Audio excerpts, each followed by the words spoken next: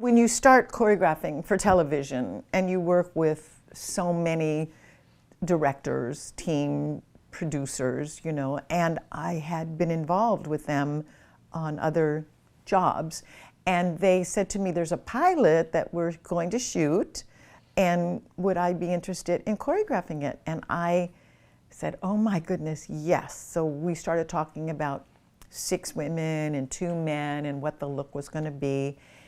And then I had something come up in my personal life that I had to quit.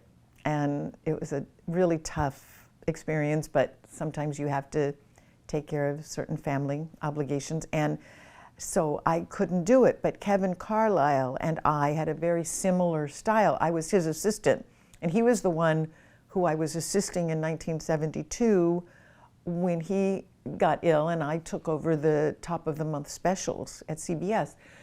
So he was perfect to do Solid Gold. We would have it was very similar, and he knew what my style was and I knew what his style. Bottom line is he then took over and did the pilot, and it was sold.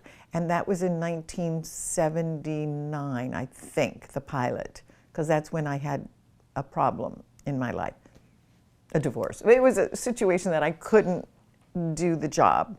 So I didn't work for a little while, and Kevin started it, and then things came around and I was able to go and do like a big UNICEF with the Muppets in Berlin, a big TV special for George Schlatter and Don Mischer, and I started working again, and life, you know, healed itself with time, and my kids were healthy, and I had had a child who was ill. It was just one of those things that I really wanted to do the pilot.